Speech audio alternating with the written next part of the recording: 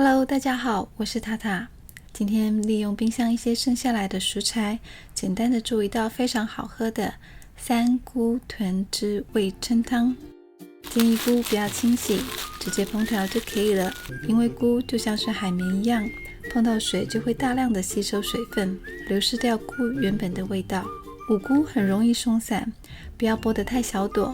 红喜菇从中间剥开，将蒂头去除。雪白菇跟红喜菇剥成小朵状，每种菇的分量大约是半包。冷锅就放入所有的菇，然后开中火，慢慢的干煎它们。听到菇滋滋作响的时候，就可以开始翻动咯。炒出香气后，加入适量的盐巴、白胡椒调味，继续的把菇炒熟，炒到菇出现有点焦香，菇就会变得很好吃哦。等到菇炒得差不多的时候，将芝麻油淋上去，拌炒个几下，接着放入150克左右的五花肉片，一片一片分开来炒，将肉片炒出焦香。接着放入红萝卜丝，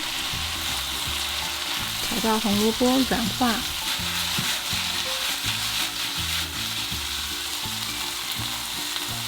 然后加入适量的热水，最后才是放入五菇。接着加入清酒、酱油、味淋各1大匙，先让汤煮滚一下，味道会比较融合。煮到差不多的时候就可以先关火了，最后再加入味噌调味。煮味噌的时候不要将汤煮滚，关火再加，可以保留比较多的风味哦。感谢大家今天的收看，期待更多的料理吗？不要忘记订阅我的频道哦。那我们下次再见，拜拜。